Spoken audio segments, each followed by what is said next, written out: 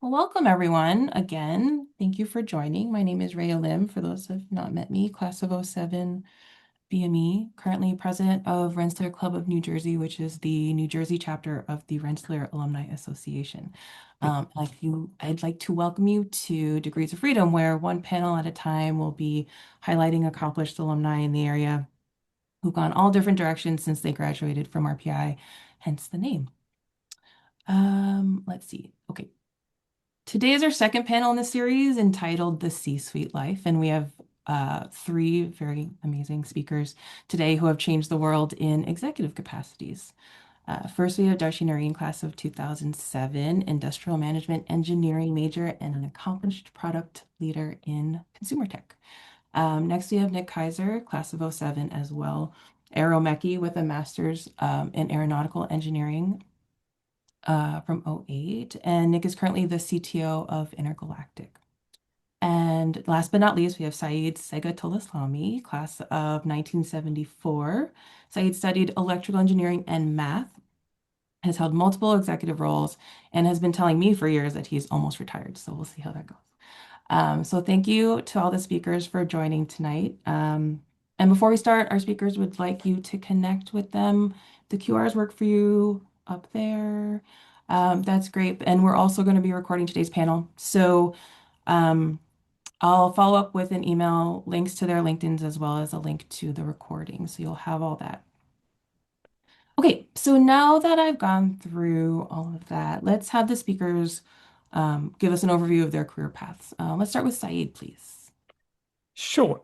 I'm Saeed Segatolaslami, class of 74, and I stayed another year and got my master's degree in 75, both of them in electrical engineering. And I've had a career as a design engineer, engineering manager, corporate management, and startup management and board membership. So that's like my thumbnail sketch of my career. Excellent. Okay. Darcy, let's go with you. Hi everyone, I'm Darcy. I was class of 2007. I started in aeromechy and actually moved into industrial management engineering. Um, and I guess like my career has had a lot of points of inflection, but I started in data, doing like data science and data modeling, and then moved very quickly into a product role, so product management and B2B systems or B2B companies, and then ultimately moved into B2C companies. For the last 5 years, I've been working in dating apps. All right, last but not least, Nick. Hi, everyone. My name is Nick Kaiser, class of '07 in mechanical and aeronautical. And then, like Saeed, stuck around for another year and got my master's in aeronautical. I worked in a research lab in RPI for my last year, supporting that. When I jumped out of the academic world, I joined a large company as a CFD thermal analyst, design engineer for a few years, and then worked my way up there over the course of almost a decade in project engineering and management, and then eventually engineering management, leading their mechanical engineering group. After that, I had a brief stint at another aerospace company, leading their mechanical engineering group before making a big pivot and joining a early stage startup, which is a handful of people starting out in a similar line of work at what I'd done before, where I led and built the engineering group from the early fledgling days over the course of 8-ish years, growing that team up to almost 100 people before we were acquired by another giant company last year, GE Aerospace, where I find myself today. So that's the abridged version. Got it. Thank you. All right, let's start where it all began for all of us. Let's see. Darcy, tell us what led you to your initial major. I know you indicated there's a little switcheroo. Tell us what led us to your major, and if you furthered your education, tell us how it augmented your undergraduate education. Yeah, absolutely. So when I joined RPI, I had a wish and a dream. Um, and I think that was to work in aerospace. When I actually had an internship at Boeing, I realized that I didn't really like it. It was pretty slow, and I think like what I needed, and I think at the time I actually didn't realize that I had ADHD. So all of that kind of combined, but I think like the environment it wasn't as stimulating as I wanted it to be. And so then I was just at this inflection point, like this is what I always thought I wanted to do, but the reality of it is that I don't think I have the stamina to actually get to that space. Um, During that time too, my one of my research professors was doing research in Hurricane Katrina, and I really wanted to do. I think that was like one of the things that I really wanted to use engineering for to do some good in the world. And so I really convinced him to allow me at Aeromechy to join him, which I think like he was just really about like decision sciences. And I didn't actually know anything about industrial engineering, decision sciences, data science, or anything like that. But um, I just wanted to do this research with him. And so just doing that for like a couple of years with him, we looked at how we can model how corporations use language and how that can model that they're going to collapse in a couple of years. So we like modeled FEMA's collapse essentially. Then we also did a few modeling about how to do good spend for humanitarian services. And so it was really taking a very social, economical-ish problem and using engineering lens to solve it. And I was just like totally fascinated by that. And I needed to up level some of my skills. So, I think at RPI, I think you had to do MAO, right? Which is modeling and analysis, right? Mhm. And that's like your fundamental like statistic class that you have. But to further it, I needed more of those types of statistical tools to Right. help with my research. And by doing that, I started to like really go into the formulations of algorithms, right? And there were a few like master classes that I took where we're like looking at applications of algorithms. And I think like at the end of I was trying to like, wait a minute, I came here to do aeromechy. And so I had all of these mechanical like classes. And then I Mhm. had all of these classes that were really about data, like data decision sciences. And so there was this like come to Jesus moment where I'm like, You're not really a mechanical engineer anymore. You are you're an IME." And I think like here are some of the inflections that I had. Wow. I think there are points at RPI that, we really weren't giving IME the credit that it's due. Like we call it the imaginary engineer. It's not like a real engineer. It's actually one of the foundational engineers. I think there's like mechanical, electrical, chemical, and IME, right? And then IME streamed into essentially the foundations of what is data science as part of it. So I wish I was a little bit I wish I could have back then just like follow a little bit more of the path and not like have these, you're not really doing a real engineer, right? So that was like one of the inflections, like just like listen more to my path as opposed to like the environment and the Certainly. circumstances around that. So I guess like that's one. Then I like later on in my career, I realized that um, while I was doing data, I was really strong in data, but for you to really convince, and I think that during this time, every team or companies were like, we need to be data driven, right? Mhm. And so then suddenly all the skills that I had were pretty in demand. And I graduated when we were in a recession, right? So it's very hard to find a job during this time. So I think like what I noticed is like everybody had like their McKinsey-esque like consulting gigs, and I think I wanted to still continue in the space of, do I do supply chain management or do I do something I like IME oriented? But ultimately, I ended up doing a very like a role that was very business analyst, data analyst oriented, which I'm just giving a lot of insights to business leaders. And one of the tools and the skills that you had to do is not only be able to model it, but to explain it. And I think Oh, like I didn't have those skill sets in terms of like how to communicate and how to explain these things. And I think another class at RPI that really helped with that, it was like professional development, Yeah. PDI 1, PDI 2. That's another inflection point. I wish I actually paid more attention to those classes because like during the last part of my career, those are the types of classes that really helped with my career having a higher trajectory, like the ability to lead, to communicate, to allocate resources, and to deal with conflict, deal with negotiations, Sure. deal with how to um, streamline and delegate work, right? Those are some of the things that were softer skills that I later needed to augment by getting a management degree.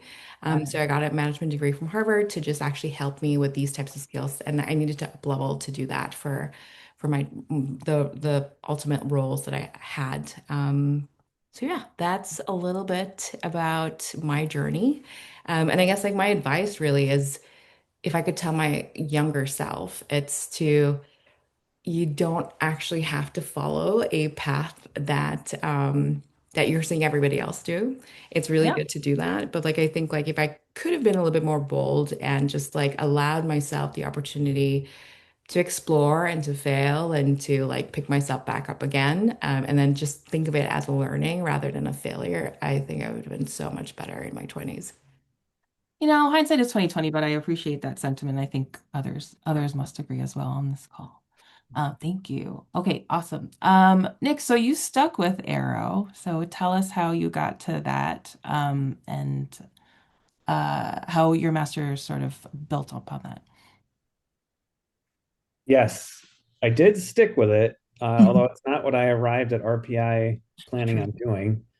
Um, so in high school, I think like a lot of people that go to RPI, high school was easy, and I was maybe not like other people. I was lazy in high school. I kind of just skated my way through. I wasn't really sure what I wanted to do. I had interests in different things. Obviously math and science.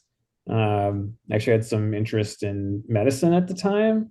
Biology I liked a lot. But I also was very much into airplanes. I think when I was a kid, like one of my aerospace moments I think about was watching Apollo 13, and then my family went to Washington D.C. I went to the Smithsonian, and just thought that was like really really cool. And then the first time I flew in an airplane, it was amazing, and that was always in the back of my mind, but it was not really what I planned on doing. In fact, growing up, like I think a lot of engineers grow up in a family that has an engineer. I didn't. Like my dad was a social worker, my mom was a teacher. Very much not. We didn't really have any engineers in the family, but RPI. I grew up 30 minutes up the road. It was very prestigious in the area and in our family, and ended up going there. Just having known it and being into that type of work. And when I toured the school, I really liked it. And when I got there, a few things happened. Like I actually entered as an undecided, which is kind of rare at RPI. So, freshman year, I kind of meandered around taking different, core classes and things like that. I had friends that were in the Aero program that I met freshman year that, are lifelong friends. I ended up living with them at RPI the whole time I was there. And, it was already a pre-existing interest. So I kind of started pivoting into that and said, yeah, this seems really cool. So I ended up enrolling in Aero, and then it's like not a far reach to be an Aero mechanical dual major at RPI. It's a couple classes, which seemed to be pretty valuable. So I think beginning of sophomore year, I converted over to that, and then that was a whole ordeal because I had to play catch up, and took a lot of credits my sophomore year, which was really really taxing. But as the RPI experience can be kind of a grind in general that was especially grinding. Uh, but it turned out to be pretty valuable in my overall experience. Um, and then, similarly, I got to the getting towards the end of my bachelor's there and was again not totally sure what I wanted to do. I was interviewing with some aerospace companies, thinking about, maybe I'd go to a different school, wasn't totally sure. And, I think there's a portion later in the presentation today about luck. I happened Yep. to just take a random class out of interest in my senior year in combustion. And the professor of the class, the class was really interesting. I liked it. The professor was a new professor at RPI. I'd only been there a year or two out of Stanford and really liked him, kind of built a relationship and ended up, talking to him since I was interested in grad school. And he said, hey, like, I've got a funded slot from an Air Force grant. Do you want to come work in my lab? And I said, well, okay, what does that mean? He said, well, you can go to school for free and be paid a stipend, which at the time was like, oh, that sounds amazing. So ended up going and working in his lab and, worked, in the academia side in a research lab, which was really interesting. And, that was a great experience. He, of course, wanted me to stick around and do the whole PhD run. But I had my fill of RPI beatdowns by that point and was ready to move on. That's fair. Awesome. Okay, Saeed, how did you come to electrical engineering and math? So I was electronics was my hobby in high school. I used to make amplifiers with vacuum tubes back in the 60s. That was the thing. Radio transmitters that I used to tune with light bulbs, whatnot. And so that kind of was my gateway drug into RPI and electrical engineering. And so when I got there, signed up and became friendly with various professors. And so that was all good. And I was a member of APO and outing club, spent a lot of time in the Adirondacks and spent a lot of time partying. And of course, and let's see. And I was interested in telecom. And if you look at what it takes, uh, 4 years of undergraduate is nowhere near good enough. There's a bunch of stuff you got to know that if you want to be in telecom, that it's covered in the 5th year. So I stuck in there for the 5th year, and that was had proven over time that was very, very valuable. And as I was taking, I think, probability junior or senior year, if you've spent time in probability, you want to, there's a mystery in there. That what's exactly a probability measure. And as it turns out, that was how I got into math because that's a fairly theoretical math concept. And I end up taking all the math analysis and algebra courses and functional analysis. So I kind of uh, went that route as well. And so that was a lot of fun. Back in those days, you could not make a living as a math major. So I took my degree in electrical engineering. And my dad tried talking me into getting a PhD, and he offered to pay for it. But I was going to get married that summer and go make money. And I wasn't interested in spending time in academia. So that was and I'm still a hobbyist. I'm working on making a 500-watt linear amplifier for my ham radio station. Nothing has changed. So I've never pivoted, just a straight line. Nice. Amazing. Thank you. Let's see. Okay, question in the chat. So Michelle, Darcy said that she felt the need to get a management degree. Darcy, in hindsight, could you have learned those skills on the job? How do others feel about the need for a management degree? Is that a checkmark prerequisite to the C-suite? So jump right in, guys. Who do you want to answer? Who do you want for I guess this? we'll start with Darcy since she was addressing the question. So yeah.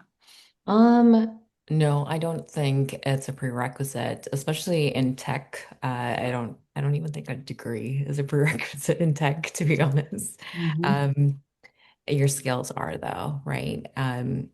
Why I did it was really, I I think.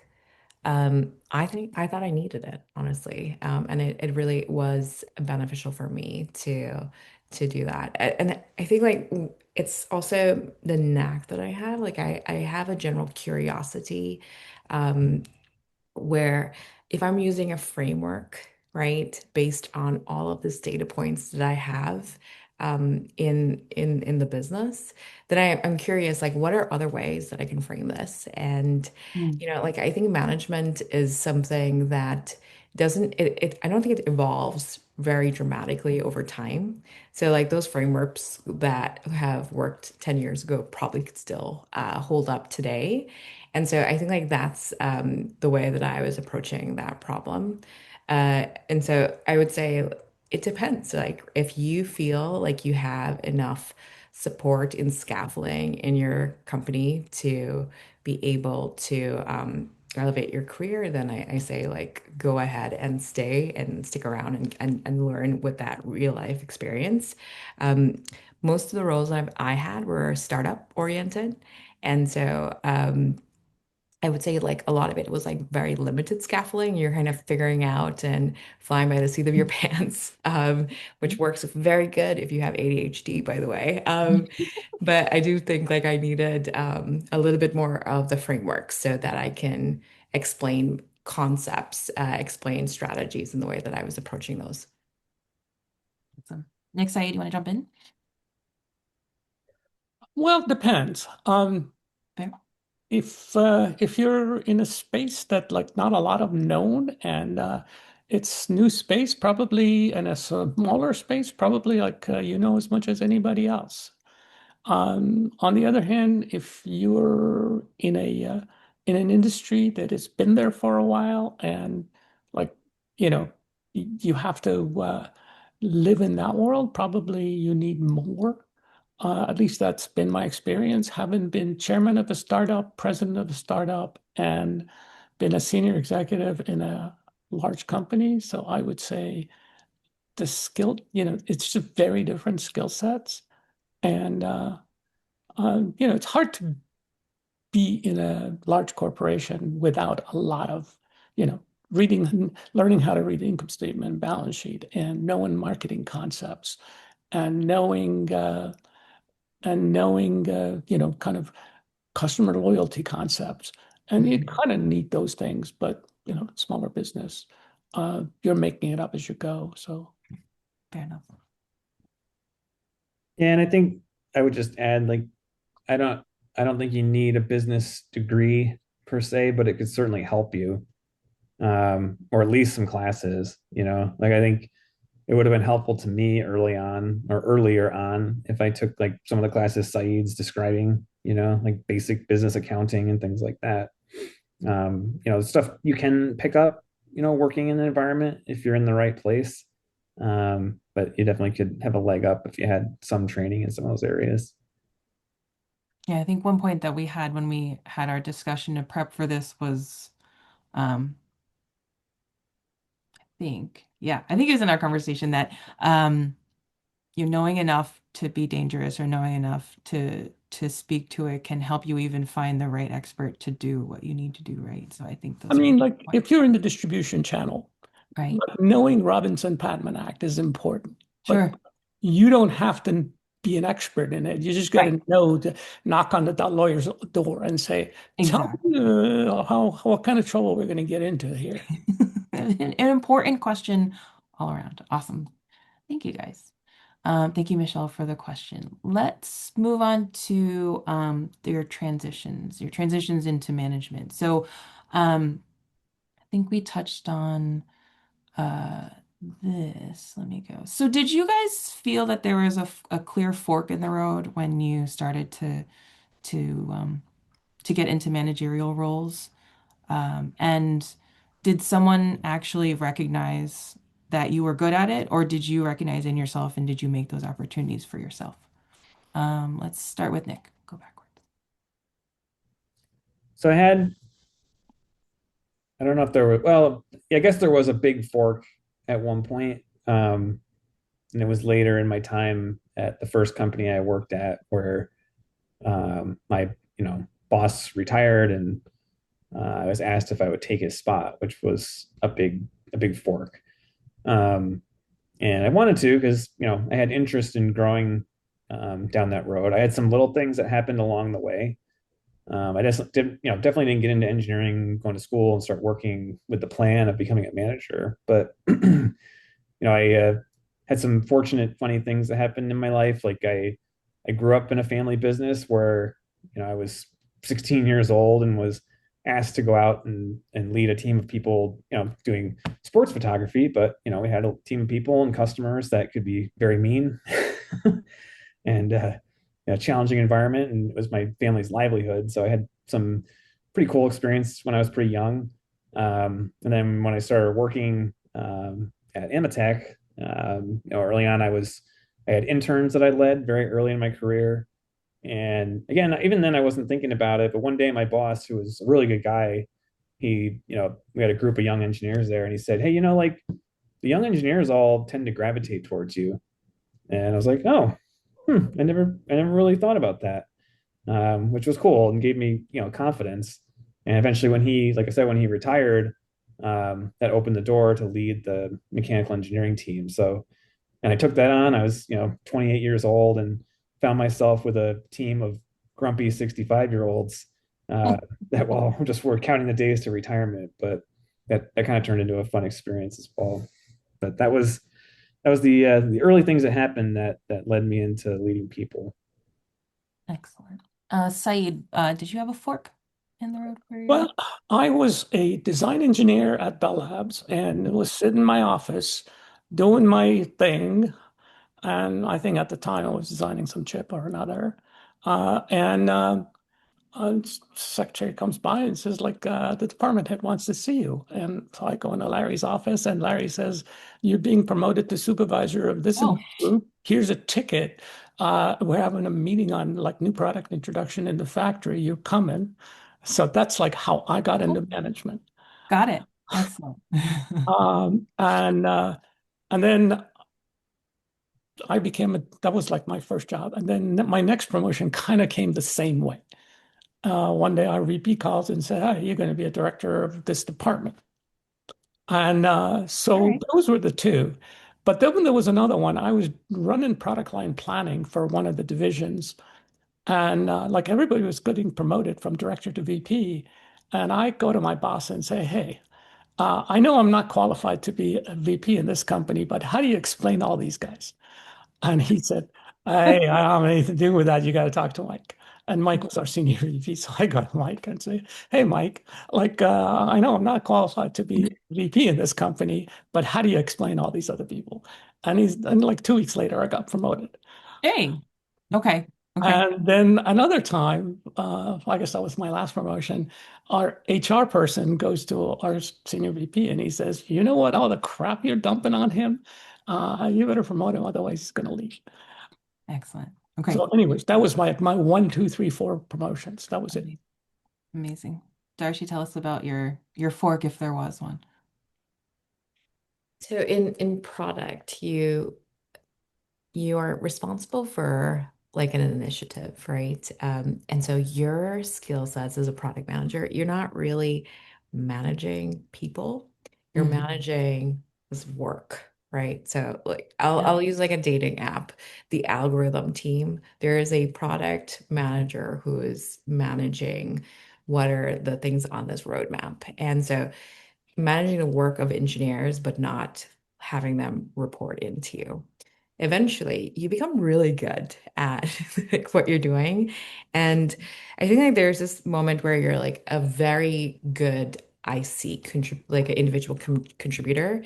And there's this fork where I think now in product there is like this lane where you can be a principal PM, right? Where you can continue growing your career and building your expertise, but then not having to manage, right? And that is very distinct because when I started, there is this kind of expectation. If you're going to continue in your career, you actually have to take that management route. And management is so different uh, from being an expert in your field, Yeah. right? So you're like, I think like somebody was saying the concept was like you're like a Michael Jordan, and now you have to be a Michael Jordan coach.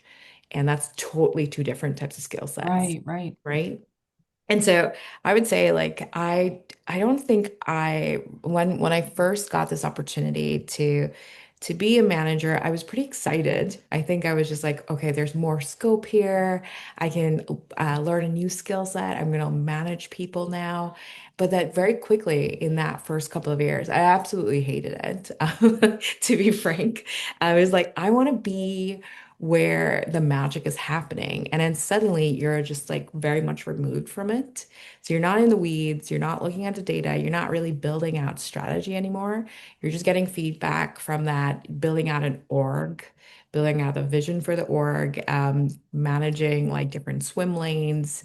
And so like I think like what for the first couple of years, I think like people don't really talk about that, but it's kind of hard to move from an IC to a managerial role. Yeah. And so for me, like it was very hard, but eventually, like I actually liked teaching people, like look at this signal, pulling these things in. And I think that I found that quite rewarding. And that's when I said, you know what, I'm going to stay in this lane, and then continue being in management. Excellent. Awesome. Very insightful. Okay, let me move this guy. All right, so there's going to be 2 points from Nick that I want to compare and contrast. So one thing Nick says he's learned is that there are many different pathways to advance your career, but they all have a common thread of taking or making opportunities, right? Doing things, and also ensuring visibility of what you do. Can you tell us more about that, Nick? And you guys can chime in as well. Yeah, so I think, there's a lot of different ways, you can work your way up. And mine is maybe a little more atypical. I think, one is the traditional climbing the ladder, if you will, whether it's in one company or jumping around, taking on increasing levels of responsibilities and opportunities that come your way, Yeah. in a large corporate environment, which is how I started my career. And it's kind of where I find myself back in at the current moment anyway. Um, but the other is, just my own example is, like I said, I was first almost 10 years of my career I was working my way up in large companies. There was one that I spent most of that time at, and then another one I had a brief stint with, and then totally pivoted and jumped over to the startup world where, played a significant role in that company. But started out as just a handful of people where I was kind of back in an IC role and leadership, and then built it back up, found myself the leader again of a team that got to be pretty large, until ultimately, I was the chief technology officer of that company, and then ultimately was acquired by GE Aerospace. And to be clear, I'm not in the C-suite of GE Aerospace, but I have found myself, in a leadership position within a large division of that company that, I may not have found myself in if I had just worked in GE for 20 years. Yeah. A lot of people that I'm working with have been doing that, and maybe, haven't had those same opportunities. So, there's a lot of different ways that you can, work your way up. But I think there's common themes with both, and that is to take on opportunities when they present themselves and be opportunistic, the good kind, not the predatory kind. um, when things come around, like for instance, when my boss was retiring and there was an opportunity for me to take his spot, I didn't feel fully qualified. It was kind of daunting, but that was a really good move. Similarly, when the opportunity of joining a startup came around, that was also daunting, but that's, opened a lot of doors and led to where I am today.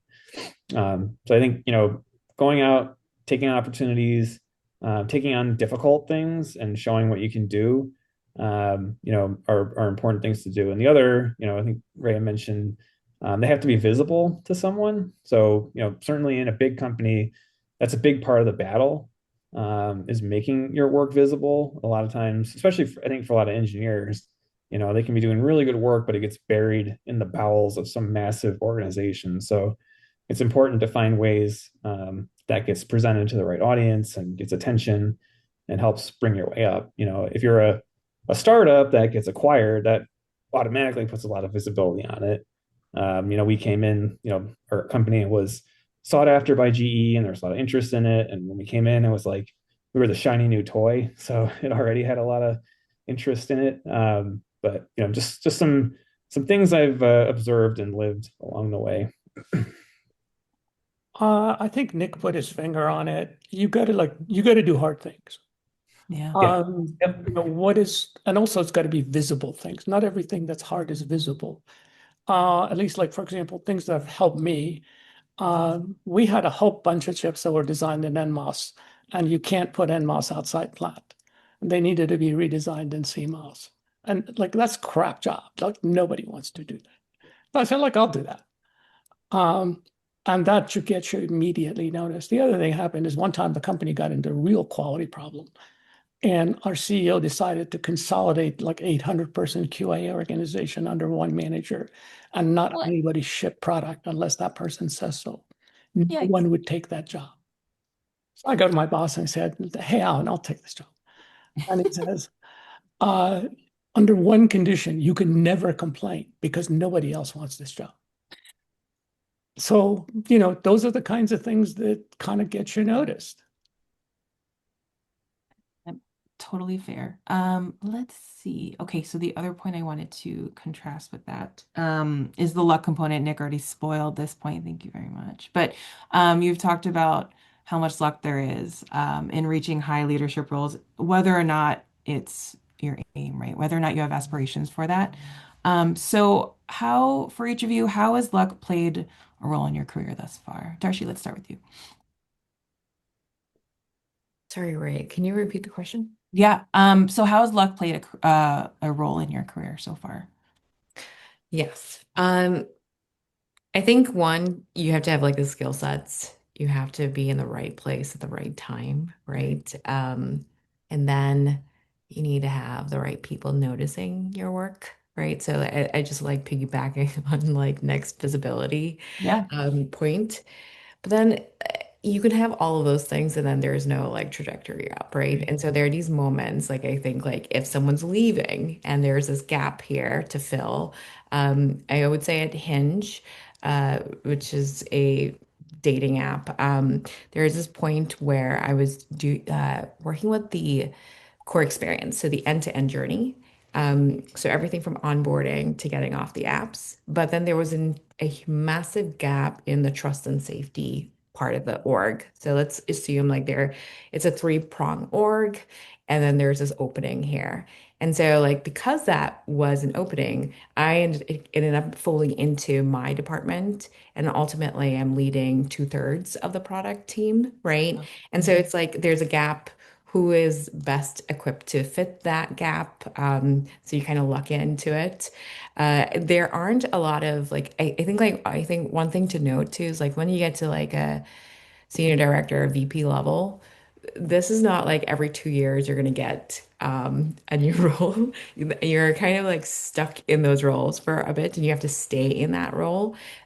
People don't move in and out of that a lot. And so like you have to be at the right time to actually be able to move up if you're at the same company or you move to another company if you actually want that type of trajectory. So one, I would say just be very intentional, but all of that intentionality can just like you can happen upon where someone's leaving and then you're filling this gap, or there is a restructuring of your org and then you're filling that gap. And that's essentially what happened with my career. Like looking at the work that I was doing in one part of the org helped me fit a gap for a second one and then ultimately grow more into my management and leadership of that team. Fair enough. Awesome. Saeed, any luck in your career? Well, I, I spent a lot of years wandering around in the wilderness of the company doing odd jobs. Right. I ran a manufacturing research division that was optimizing location of final assembly plants to minimize taxes and transportation costs. I was product manager for our small business systems in Latin America. These are all like really crap jobs. So I kind of did that until like my boss took over a new division. And she says, "You're coming with me." Nice. Okay. That was like a big stroke of luck. But you know, that was, that's one of those things that and I'd done some work that she thought it was pretty good. Um, Sure. so so sometimes you just got to wander in the wilderness for a while I before love that. something comes up. And I was perfectly happy doing, crappy jobs like that for like 4 or 5 years.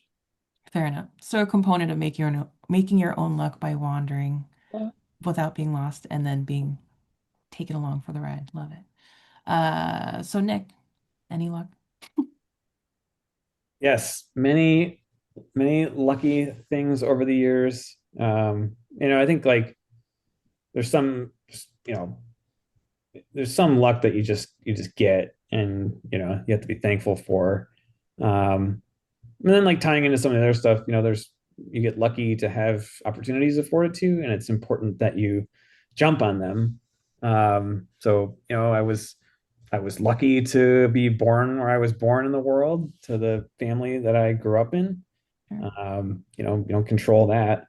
Um, and then, like I said before, I was lucky to grow up in a small business. I learned a lot of things, when I was very young, that I think a lot of people don't get exposed to. I was lucky to get into RPI. I had really good grades in high school, but like I said before, I was kind of lazy. I didn't have a ton of extracurriculars, at least formal ones in school that you could put on a resume. So I wasn't so sure how that was going to pan out, but I got in, and did well there. I was lucky to meet my grad school advisor and get into that role. That was pretty formative. I was lucky to have a boss retiring at the right time. Timing is everything, as they say. That will come up, and again, when those opportunities come around, you've got to take them. I was lucky to meet towards the tail end of my time at Amatech, I met the person who founded the startup that I worked at. That was a colleague of mine, so that happened to be really good timing as well. And I was lucky multiple times that our startup survived. There was definitely some divine intervention along the way there. So I think got to be thankful for the luck that comes your way. Very true. Awesome. Okay, so let's move into leadership insights, although you guys have sort of baked that in to the conversation thus far, which is great. Let's see. So, Darcy, in our conversation, you did bring up the potential for loneliness in leadership positions. So that can come with responsibilities, new responsibilities, changing relationships, isolation, etc. Can you guys tell us how you've experienced a version of this in your career and how you found success in mitigating this feeling, whether it's support group or cultural change management or anything like that? Darcy, we'll start with you.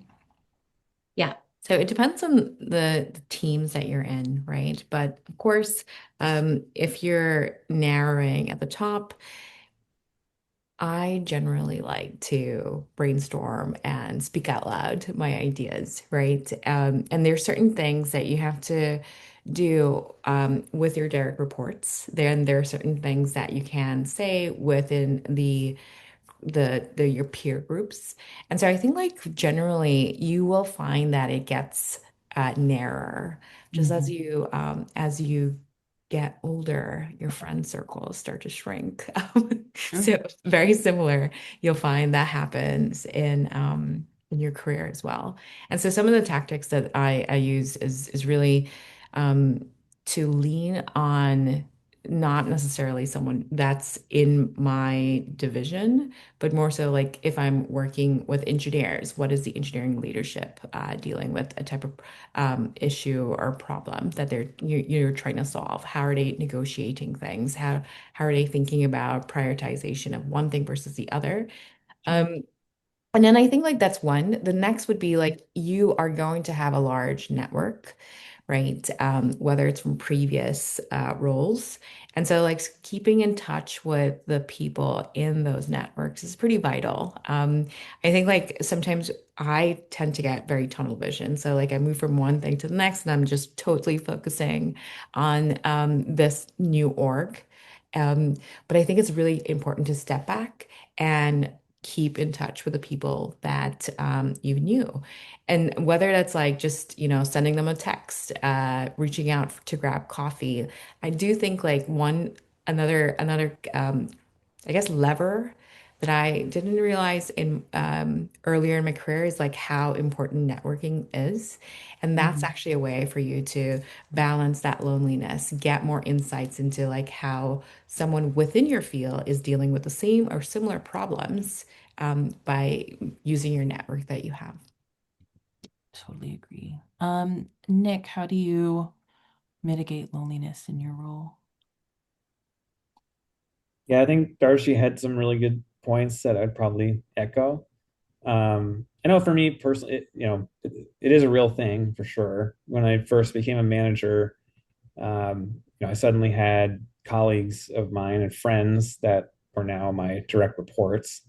And they're still friends, but it's different, especially when you're having to flow down difficult decisions and things like that.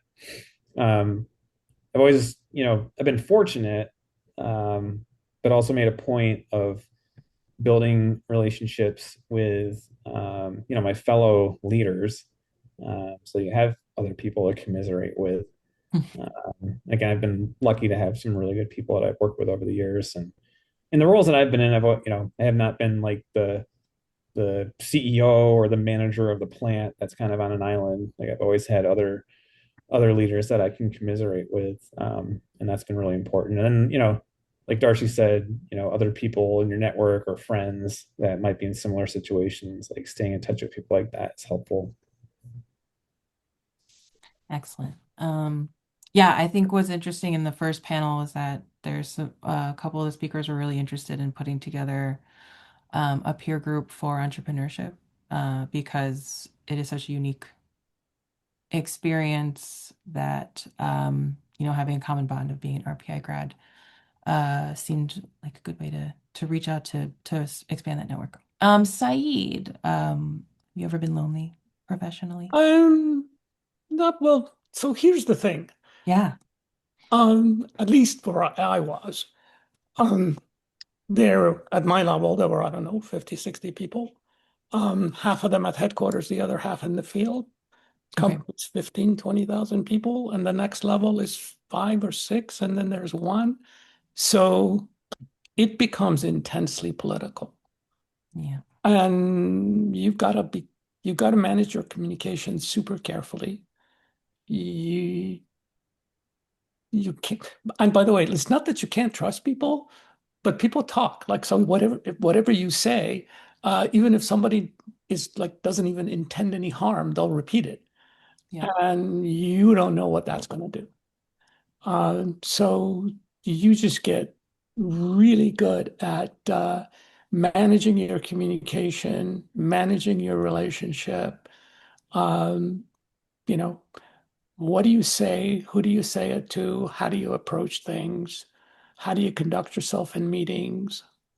You just end up making a science of that. Um, and uh, and like for me, that's a challenge. I have no filters. No. I even had one of my coworkers tell me, "I am shocked you haven't been fired yet."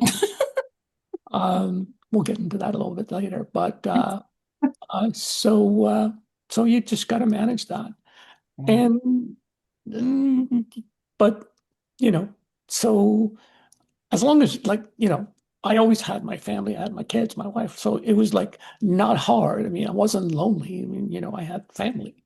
Yeah. And work wasn't family. I mean, family is family, work is Yeah. work. Sure. Alrighty.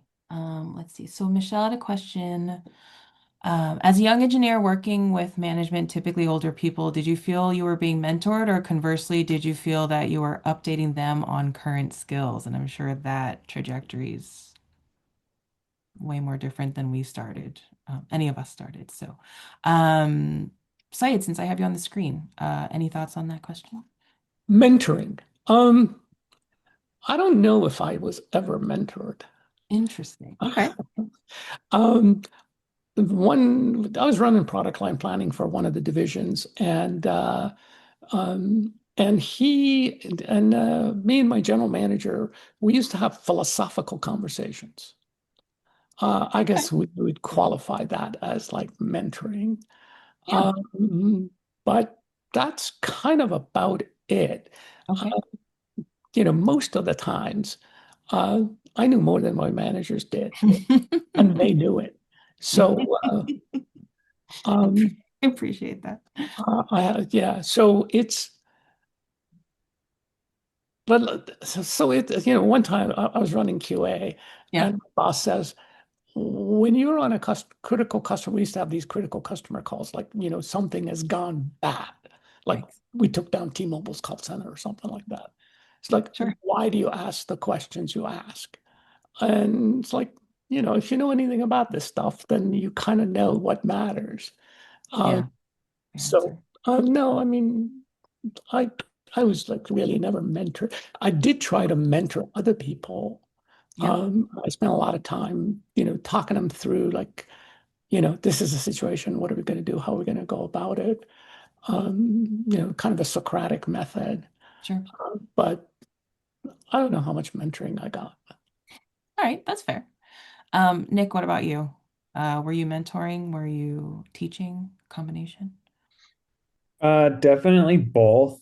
Sure. Um, I think I don't I guess I've had a couple true mentors, but when I was first working, I mentioned I was 28 and had a team of near retirement or people that should have retired already, individuals, Grumpies. and yeah, but they were, it was a really good group of people, and that was a lot of the company. They had it was all a lot of aerospace was like that when I first joined the industry. It was all these people that had joined the industry in the 60s, and that was the boom time, with Apollo and everything going on, and they were getting ready to retire.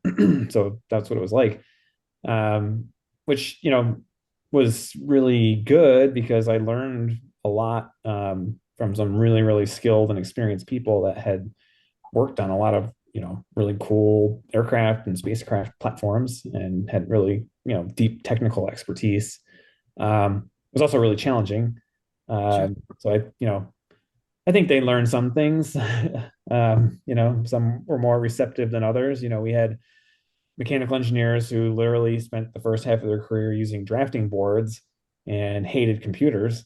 But others were all about it. So definitely was a mix. All righty. Darcy. So I think it depends on the skills, right? Like, Fair. sure, when I came in, as a youngin, I think I was just so good at Excel. So anything that anyone was telling me to do, I would do it in like an hour and then like have the entire day free. Um, which was I think like was actually terrible for me because like you have to then look like you're doing work While you're while you're not doing work. I'm like, what am I going to do with all this time? This is like so hard. And so like I think like I would actually express like, hey, I need a little bit more complicated things and yeah, building up to that. Um, but I would say like if you think about mentorship and what you gain from that, it's not necessarily skill sets, like hard skills. You're actually gaining mentorship in like knowing how this business operates, sure. meaning who are the decision makers, right? Who do you need to be in front of and sharing that visibility of your work. And so like that's really what you're getting when you're looking at mentorships and sponsors. For me personally, I think I had like maybe two mentors in my career. I think like, but I've noticed a lot of my coworkers, right? They would have sponsors, and you can definitely see how having that type of scaffolding has helped with their trajectory and their careers. So I would say still continue into that space, and it's not, and think about the skills that you're trying to get from that mentorship and that sponsorship. It's definitely not skills. Like it's not the hard skills of like, can you model this data, do a Right. regression model or whatever, right? It is actually um it is actually about like who do you need to be in front of? Who should you be introduced to? Are they going to like have your back when there's like a conflict? That's actually what you're really looking for when you're thinking Yep. about mentorship and sponsorship. So I think like you think about your why when you're approaching these things, and that's super helpful to have at the back of your mind. Awesome. Perfect. Okay, let's move it to lessons learned. What, Darcy, now that I have you, what's a misconception you had before going into these higher leadership positions? And what's one that you notice others consistently have, whether they're in the same position or maybe in a subordinate?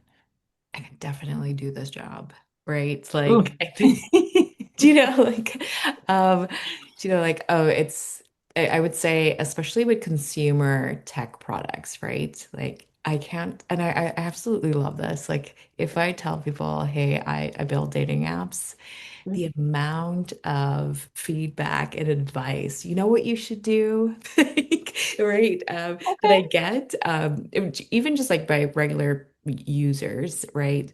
Um, but it's also at that company level too. Like I think there are younger people, I can kind of see it that and I also have this prejudice, I could do this person's job, right? Mm, I have all these, like, I'm looking at all this data, building out the strategy. I can really do that.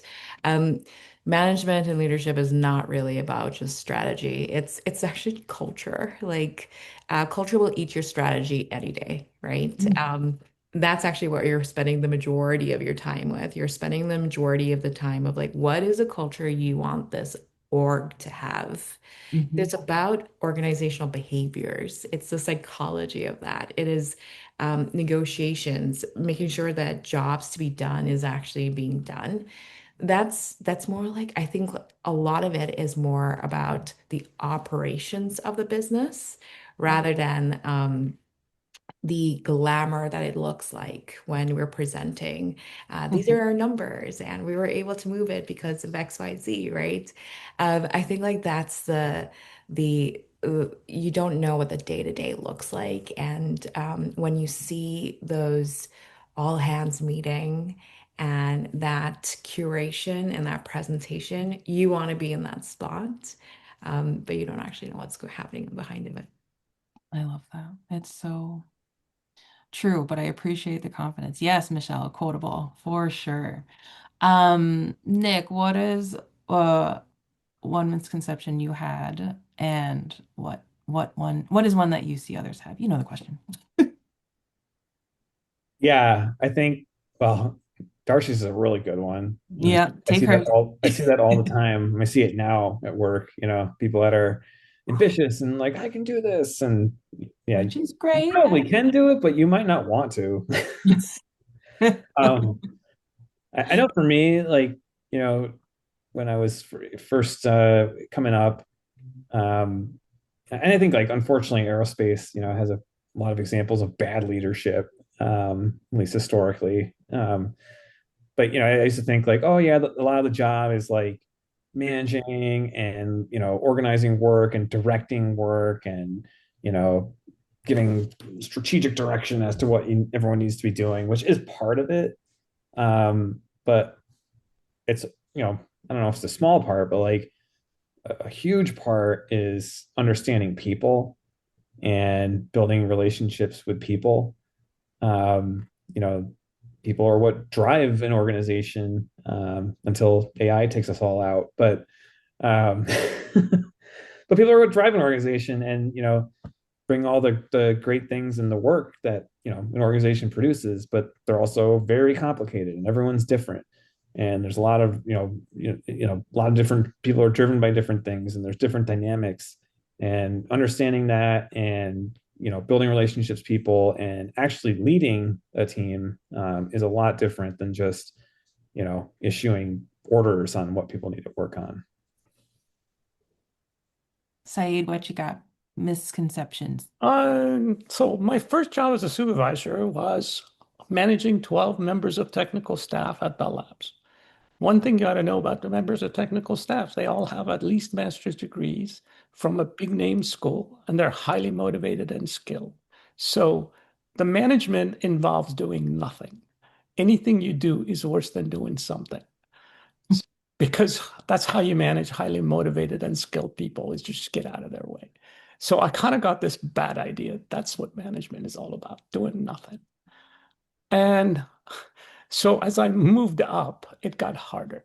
And probably one of my biggest misconceptions was I had no conception of what it meant to manage. Mm. And it took me a while.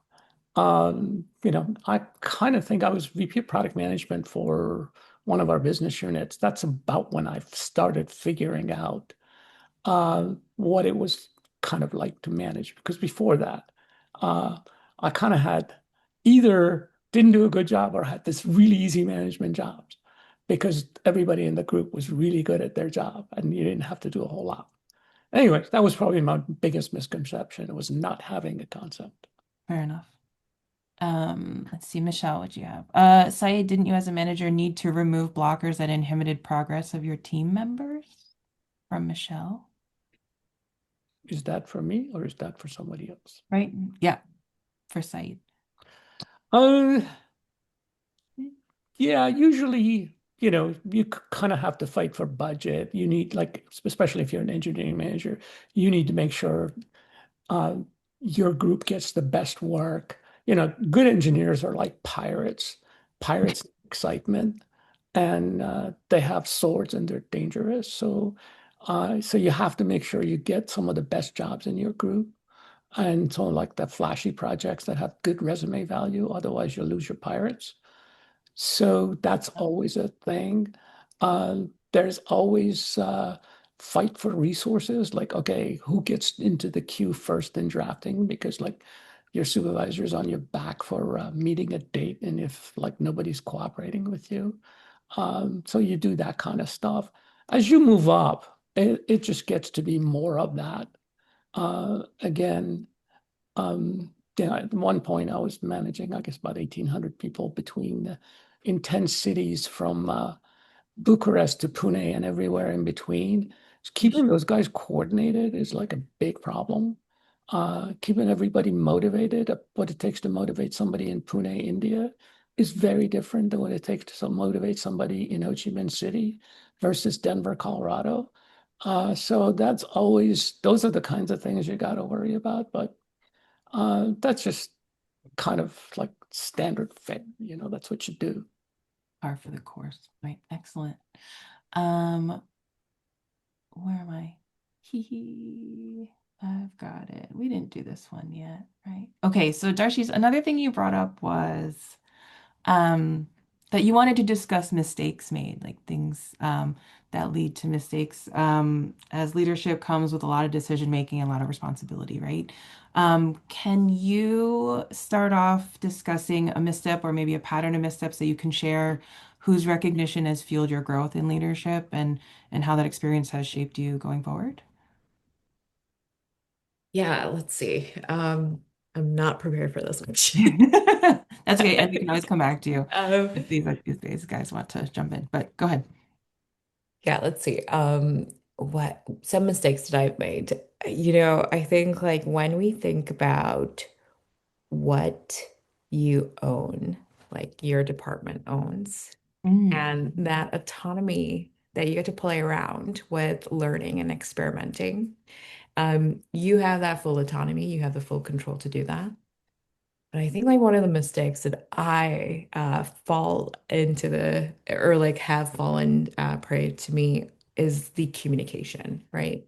So even though like Nick might not be in my department or even like dealing with anything that I am concerned about, we do need to have like a one-on-one meeting to meet. And I'm going to tell him, hey, by the way, I'm working on this, like just haphazardly. Um, because I think like you will be surprised at how some of the small experiments that you're going to be running, the impact it might have on another team. Mm-hmm. So that's one. I think like I had to learn about what is it that I need to communicate to other like peer groups, right? The second is mistakes. It's like how to actually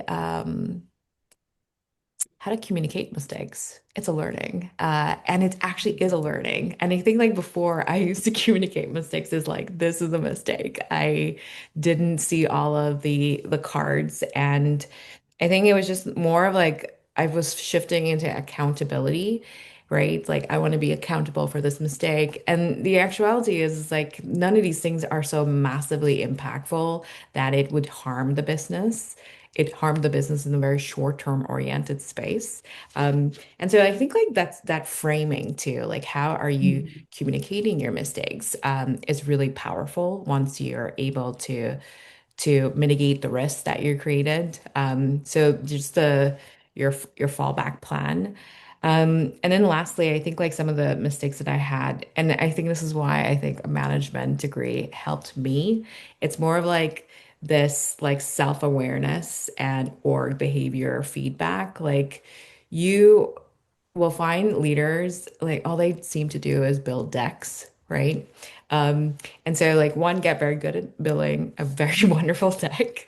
And then two, you, before you build that deck, you actually have to have the meeting of the meeting of the meeting. There's multiple meetings that you're going to have. And so like that's another point of view that I realized. It's like the level of communication, it stems from you not just for that final readout to the entire company. It's stemming from you to meeting with different leaders and ensuring that they're informed. So I would say like in my career, I've had some missteps where I didn't know what I was supposed to be saying to these leaders. And I didn't know the level of timing that I'm supposed to be communicating that. So yeah. Got it. Okay, for being ill prepared, those were good answers. Saeed, any missteps, mistakes, any lessons learned? Oh, sure. Um, I No. was running solution engineering for one of our large businesses. It was about a $2 million business. Our average transaction was about $300,000, and we were getting, oh, I don't know, maybe one or two $30 million deals every year. So one day the boss calls and he says, the CEO wants you to go run the small business. I told him, look, I don't want to do this. Can you tell him like you can't let me go? He says, I'm not telling the CEO anything like that. You can tell him. So I failed in that and ended up being the GM for the small business division. Average transaction $3,000, no $30 million business deals. Um, Everything I did, which is all my experience was in large business, like backfired. The the margin of error isn't there.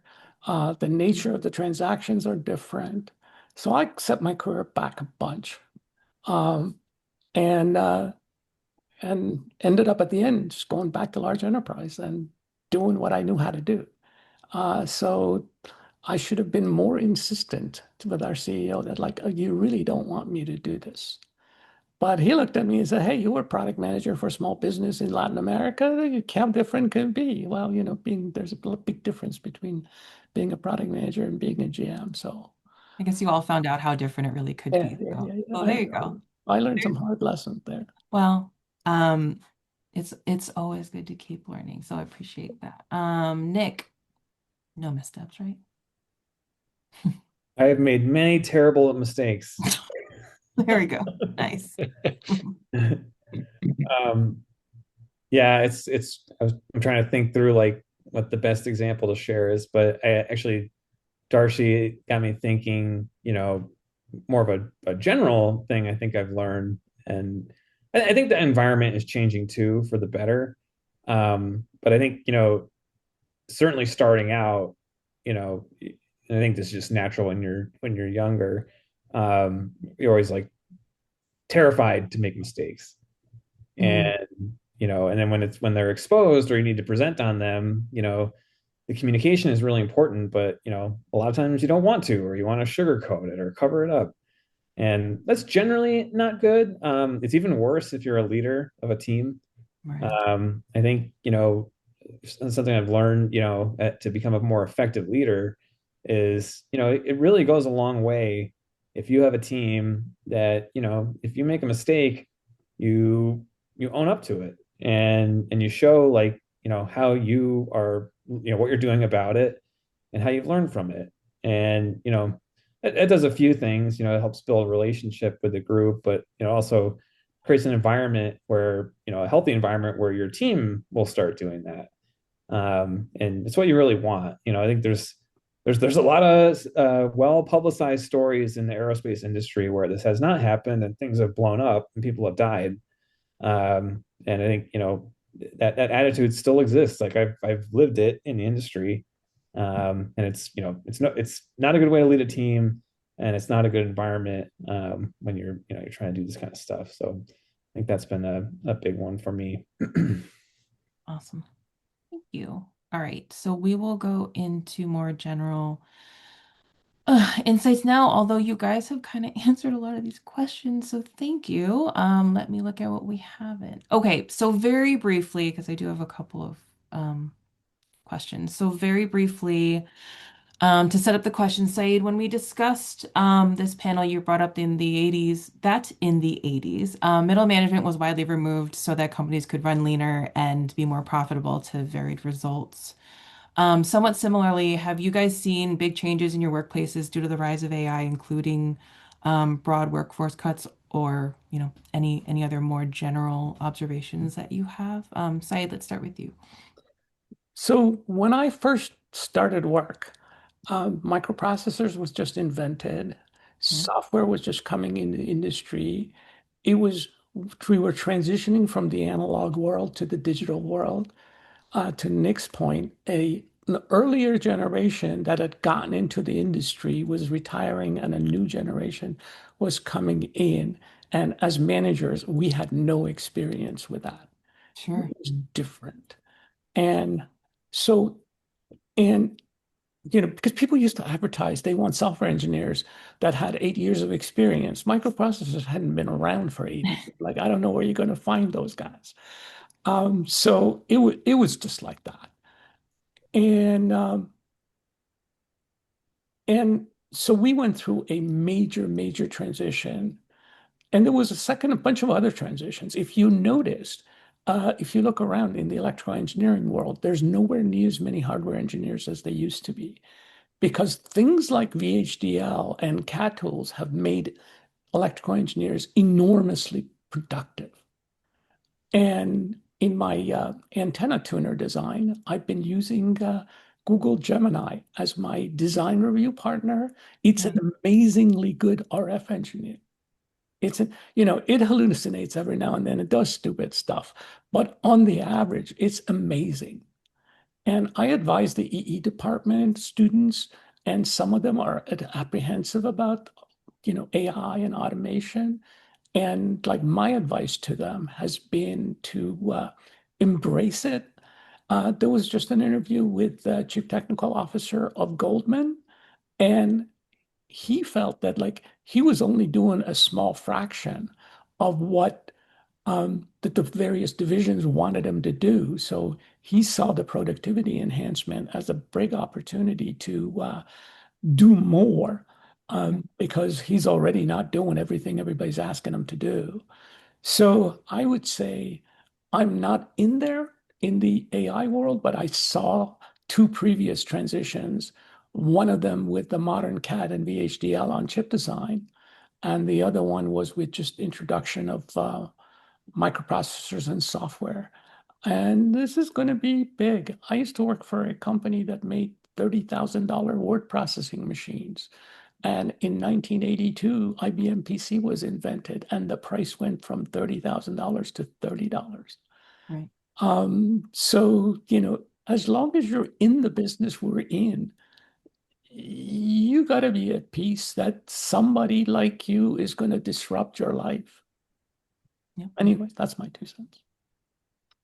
Totally agree. I will say, as an aside, I recently spoke to the head of the BME department, and he was talking about how in 3 phases they're making sure the students graduate with AI know-how, right? So they're coming in probably using AI in their high school work, but they're ensuring that early on at RPI they're learning how AI works under the hood.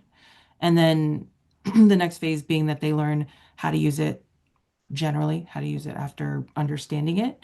And then thirdly, as he felt the most creative way, or the most important way is to use it creatively, right? So you're augmenting your capabilities, you're tightening your development cycles, you're looking to do things bigger, better, more efficiently, et cetera, as you graduate. So they want you to be ready to do that when you It graduate. does a lot of things. For example, it does a lot of crappy things that engineers hate to do. Like Yep. you have a schematic, you want to write the software that takes advantage of the insight into that schematic and manipulates stuff.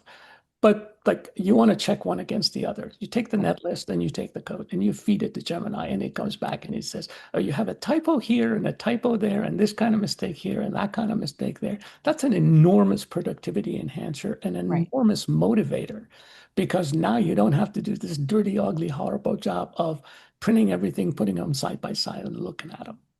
For sure. So if you're a manager, you've got to make sure that like your engineers are getting the benefit of all of this stuff and just like get rid of all that crap work out of there. All righty. Darcy, same question. AI, how's it affected you? AI is just like affecting everyone right now. I would say like I think there were some one, it's like, how do you improve the effectiveness of building apps, right? And so before, it used to actually be like your build cycle, engineers actually building, but now you can vibe code and really get things out pretty quickly. Some of the hiccups that we're seeing in consumer tech is that the review cycle for app stores to get your apps published is taking so much longer now because of Mm. um, how much traffic they have, right? So Right. like what would have taken a couple of days, I've seen take about 2 to 3 weeks. So all your Oh, release cycles are getting slowed down because of that. And that's wow. really because of what we're seeing, where it's like the build cycle is in terms of product development, you think of if you're building a product, a consumer product, you do discovery, then you do refinement with your requirements, you build it, you launch it. Building is used to be the majority of that life cycle. Now Yeah. it's the shortest part. Wow. So now we're shifting really in this life cycle development. Before, we weren't spending a lot of time in discovery, and I think you got to get that part right now. So more user research, more data orientation to drive that impact, and that's I think where AI is going to help. But AI has helped with process improvements. So like every team before using that process was pretty standard. I think every team now that I've seen, and I do a lot of product advisory work, they're doing different processes to meet their demand, right? So there's no standardization that's happening in the industry because of that. Mm. And I'll say Mm. the ways of working has been super affected. The other is like the expectation too of like you being a cutting edge leader with AI, right? Which is very funny because I think like I think like agentic agents were the buzzword a couple of months ago. And now that's become very much standard. You as a leader need to know how to do that, need to use it, need to implement it for your teams. And so I think there's a lot of pressure for leaders to not only have the buzzwords, but actually like implement AI as part of their products. Yeah. This essentially, I'm going to bring it back to dating. Like, how can we improve two humans meeting in real life? Right. That problem has actually impacted us quite significantly because everyone's using ChatGPT to talk to each other. Um, every Mm. single curation is happening. So like who you're talking to online and who you're meeting in real life is so disparate and different. So Wow. that this industry is actually pushing back on AI, where it's like, how do we get the human element, but still use AI to, I guess, like get the best version of ourselves. Interesting. So yeah. Very cool. Okay, Nick, AI, tell us about it. Yeah, it's very timely as it's actually been a topic of my work trip this week. We're having a AI or a intellectual property strategy discussion this week. I think, I'm fortunate in that the company I work for, I think is, there's obviously an AI embrace. There's a mandate flow down from, the CEO of the company that, we are going to leverage and utilize AI. But it's been like a pretty sensible approach, and that is, this is a new tool that's available for us to make our jobs easier and more effective. And it has like I think we use it just like Saeed said, we are using AI to do a lot of things that engineers don't like to do or might not be a good use of their time. For instance, aerospace creates a lot of paperwork. And we still have to create the content that goes inside of these things, but just creating outlines, for example, of huge documents can save a lot of time. Mhm. Like this week, talking about IP, you have a lot of our IP attorneys here, and they said, you better hope that AI doesn't take over the legal system or the world's going to turn into a disaster. Yikes. But it helps out a lot with their jobs. So, for instance, some patents can be really difficult, painful documents to read. They're long, they're full of technical jargon that's been converted into legalese. But AI can help you summarize them and compare them, do competitive analysis. There's a lot of things that are really painful things that engineers don't want to do or don't want to spend their time on that AI can really help out a lot with. So, I know for us it's been a good thing and it's helpful. Maybe not the case at some other companies. I know a lot of places it turns into a buzzword and it's like, hey, now we can lay off half our staff, which might not really be true. Yeah. Um, you know, so So I asked Gemini, how do you come up with this stuff so fast? It says, because I have the data sheet of every component that is made in the whole industry memorized, and I have instant recall. That, I mean, that is powerful All you need yeah, to know. Yeah. because if you're an electrical engineer, you spend an awful lot of your time sifting through catalogs. Right. Right. yeah. And that's one of the things it's really, really good at. It has access in theory to, a lot of human created information and can readily access it and summarize it and put it in a convenient form for humans to read. Yep. Excellent. Okay, so I have two more questions for you guys. I'm going to start with the audience question and then end with mine. Hopefully, if we have to hang on a little extra, it won't be too long. Anyway, I'll get to the question. My computer froze. Nope. Okay. So per Niraj, hi Niraj. So to Nick and everyone, as a member of C-suite, congrats. What professional attributes do you like to see in others before welcoming them to your C-suite? And he says thanks. Let's start with Darcy.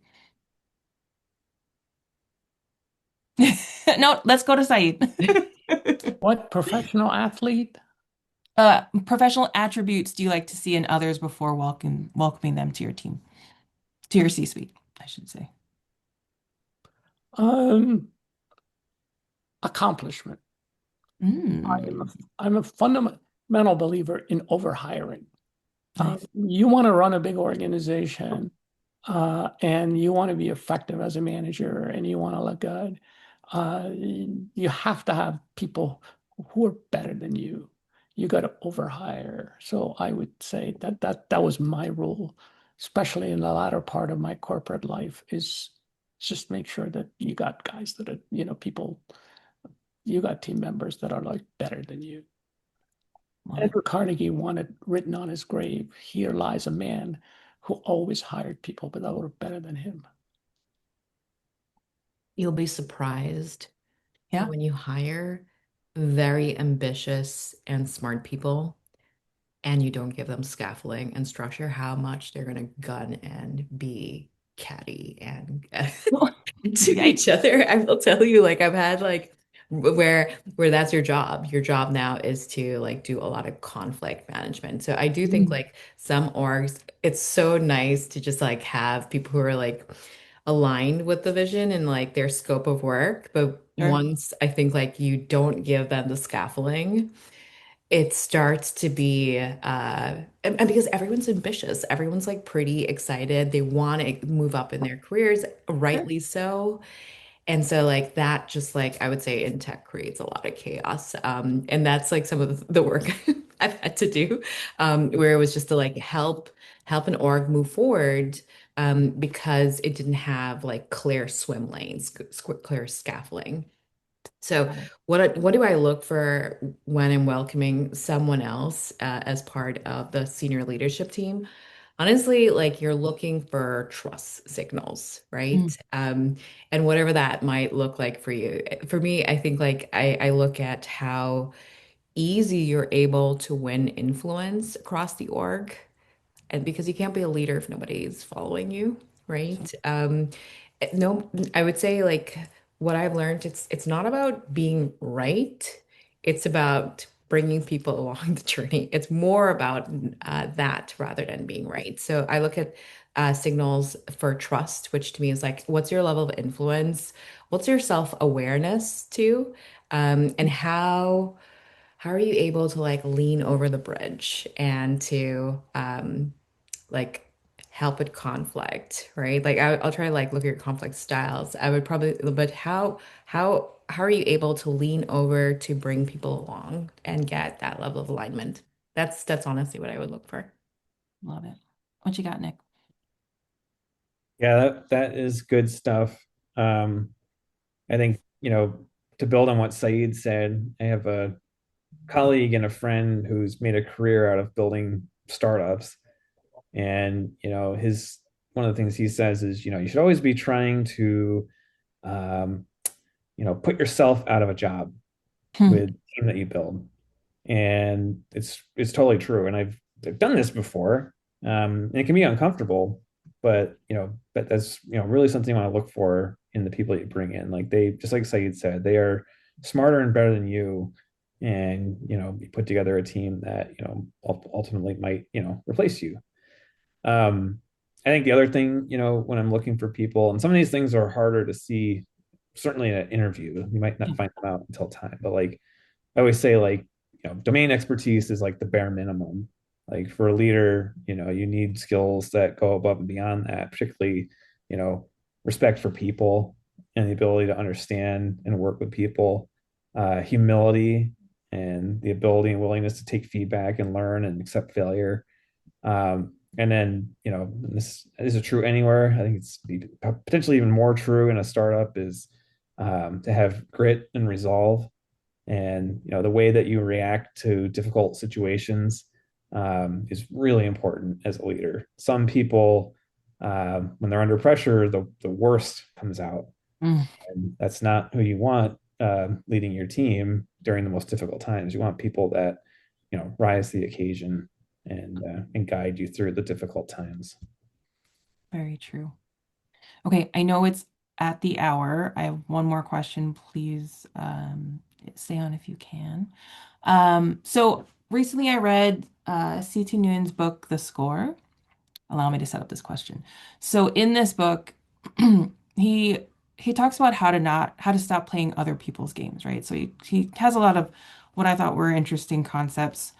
Um, and so one concept he brings up is the difference between a goal and a purpose, right? So the goal is your what? It's what you're trying to accomplish. It's a clear temporary metric designed to be achieved versus your purpose. So your purpose is your why. Darcy, I think you touched on this. So like why you're looking for a mentor, what you're looking for.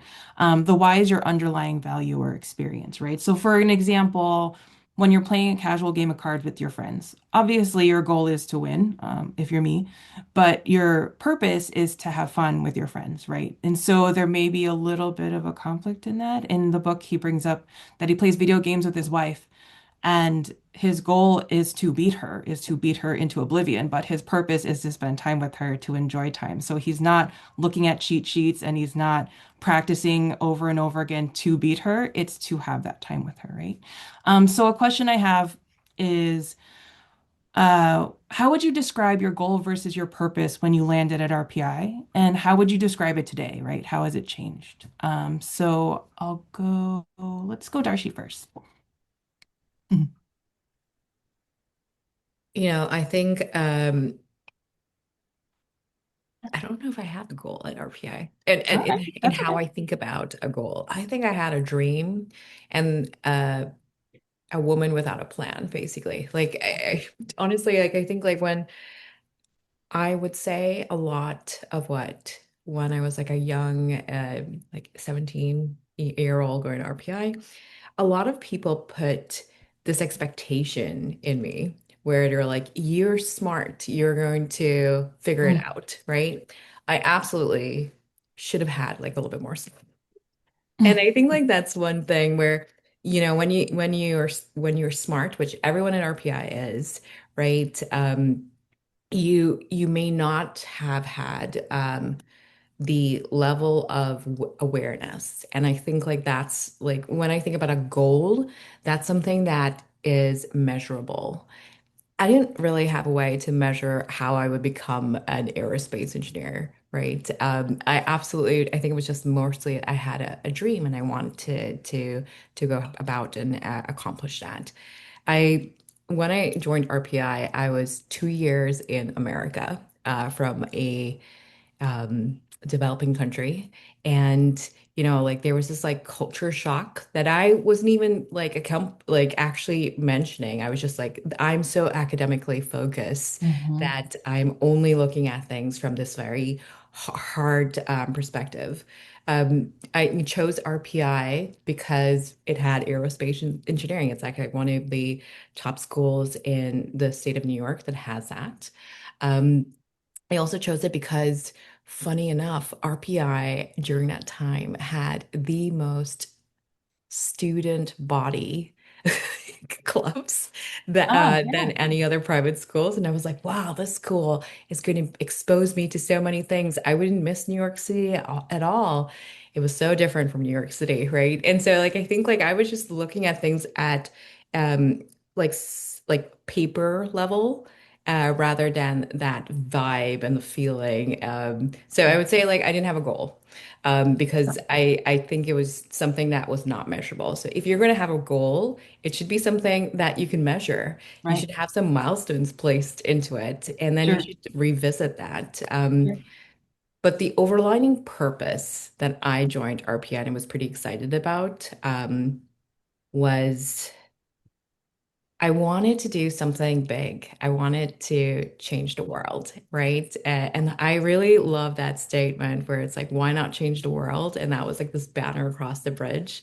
Oh man, Mhm. that stays with you forever because all of your decisions, you're actually like looking, and I remember that banner when I'm like in moments of inflection where you can choose an easy path. You might do something um, that is easier to do and maybe not the right moment to do this. Like it might be there are moments when you might have opportunities where you're dividing people, right? That's easy to do rather than like say, hey, um, we need to have an inclusive environment, for Yeah. example. And Right. so, like, thinking about that banner, that purpose, right? Changing the world, it still stays with me. And so, like, some of the things that I've built, like, I built ZocDot's like telehealth system during the pandemic. I really did think about that banner when I was like, Mm, corralling my teams and being like, hey, we're in the weeds here. There's this goodness that we're trying to do for Americans and healthcare. So this is a very convoluted way of saying, like, one, I didn't have goals, but I think you should definitely have goals, and that's okay because you still have that overlining purpose. Yep, I agree. Nick, same question, please. Yeah, this one's a thinker. I I kind gave you the questions ahead of time. I know. I remember I thought about it and then forgot, but now I've been thinking about it again. Great. Um, yeah, it's definitely changed a lot over the years. At RPI, like I was saying earlier, I was really uncertain what I wanted to do, or what my purpose was. My goal was to survive and graduate. Yeah.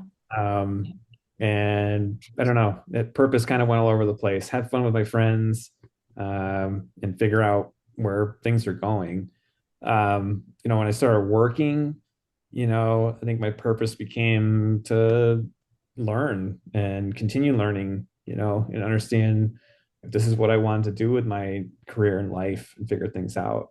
I think it's kind of funny. I did, the whole change the world and have an impact thing really became the most pronounced when I joined the startup. I was like, and that was a big part of why I did it is, I learned a lot in the big company, but it felt like I wasn't doing anything. I was helping drive up the profit margin of this company that was their primary concern. Hmm. This was a chance to really develop some new technology and have an impact, a meaningful impact in the world. And now, like, I think, since we've been acquired and I find myself in this position here, kind of figuring things out still. Like, it's kind of the end of the startup journey, helping integrate it into this big company and figure out what's next. And then the goal side, I think, is much more acute. Like, that changes really rapidly depending on what's going on at the time. Fair enough. Excellent. Saeed, let's finish with you. Let's see. My goal has always been to win.